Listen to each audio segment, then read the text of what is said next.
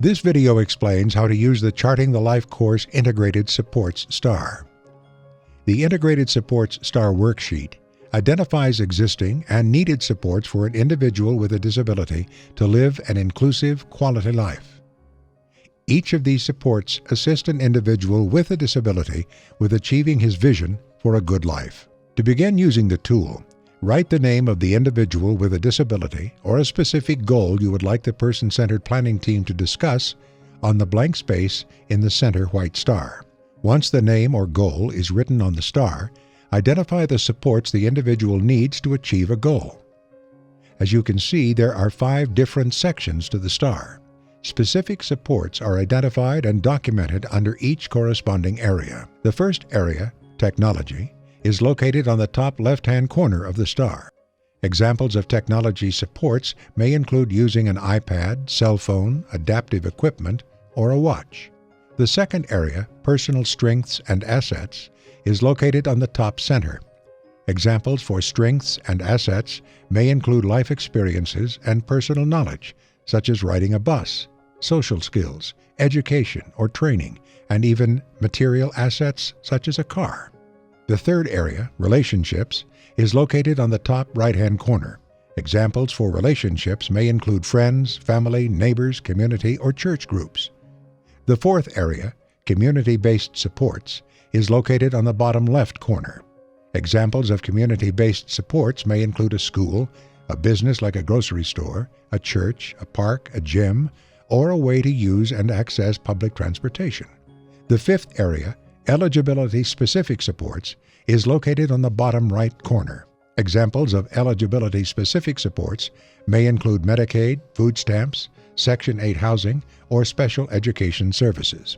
After discussing these different areas with the person with a disability and the person-centered planning team, you will summarize information you learned from these discussions in relevant sections of the star. This information can help the team identify existing or needed supports the individual with a disability requires to live an inclusive, quality life. The information can also be used to develop strategies and supports needed to obtain an individualized goal. You can also use this tool as a pre-planning tool for the Integrated Long-Term Supports tool. Let's hear from a support coordinator on how she uses the Integrated Star Supports worksheet.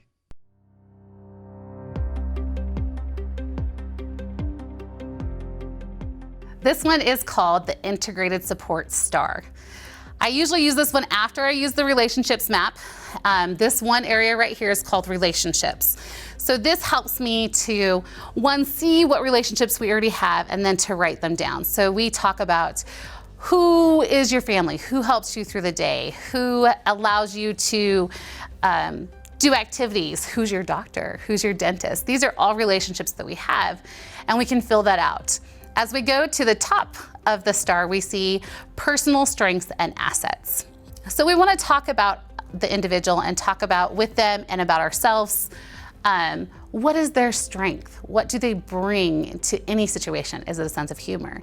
Is it determination? Is it a willingness to try something new? And we really need to not only rely on the person that we're talking about, but talk to their friends and family as well, because sometimes we don't see our own assets or strengths. And so it's important to get feedback from others on this one as well. The next part of the star is technology. One thing that I have found is a lot of times we don't use technology for people with disabilities the way we do for ourselves. Some of the things that I've learned that we just have not used is things like Uber and Uber Eats and DoorDash. These are technology that make our lives easier, and we can use these for other people as well. Using smartwatches and smartphones, iPads. But even when we're talking about technology, we're talking about the coffee maker and we're talking about the alarm clock. And so the best way to figure out what technology you already use is to go through your day. What do you use to wake up in the morning? Is it an alarm clock? Is it a phone? Do you make coffee? Do you have a coffee machine? And you just go throughout your day and see what technology you use. The next part is community-based supports. So this is, do they take a class out in the community that somebody else is helping them with? Do they volunteer someplace? What community supports do they have that aren't staff taking them? We want to see what other areas, and even if staff are taking them, what supports do they have? Do they go to the same gas station every time and the staff there know them and know what they like and interact with them? That's still community-based. The next area of the STAR is eligibility. This is our green part of the STAR. And when we talk about this, we don't want the STAR to be green heavy. Eligibility based is food stamps, housing, are they in services on a waiver?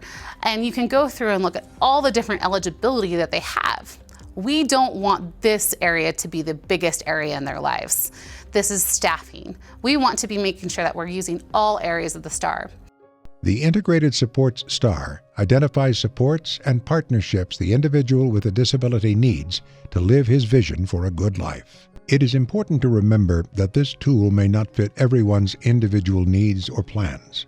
Therefore, use this tool only if you feel it's beneficial to the individual you're supporting. We encourage you to complete this tool on yourself. This exercise will provide insights about how the tool is used, insights about certain vulnerabilities to using the tool, and insights about additional questions you may want to ask an individual engaged in the person-centered planning process.